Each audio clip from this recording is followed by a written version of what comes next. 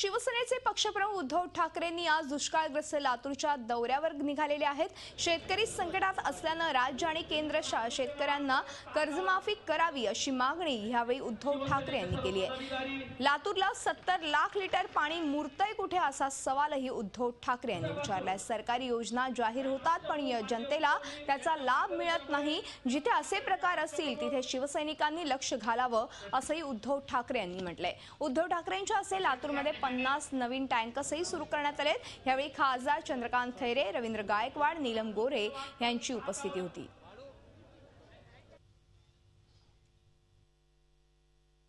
आता मला माहिती मिळाली की रोज जवळपास 70 लाख लिटर पाणी इकडे येतं।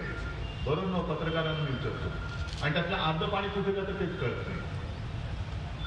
म्हणजे पाणी तुमच्यासाठी आणलं जातं आणि अर्ध पाण्याचा जर का हिशोब लागत नसेल तर मग इकडे सुद्धा लातूरमध्ये सुद्धा काही पाणी माफी आलेत काय? खरंच पाणी गायब होतं का? हे पाणी मुरतं कुठे? मुरतं का नाही का नुसतं आमचा गैरसमज आहे? हे सगळ्या लोकांसमोर आलं पाहिजे। झी 24 तास रहा एक पाऊल पुढे।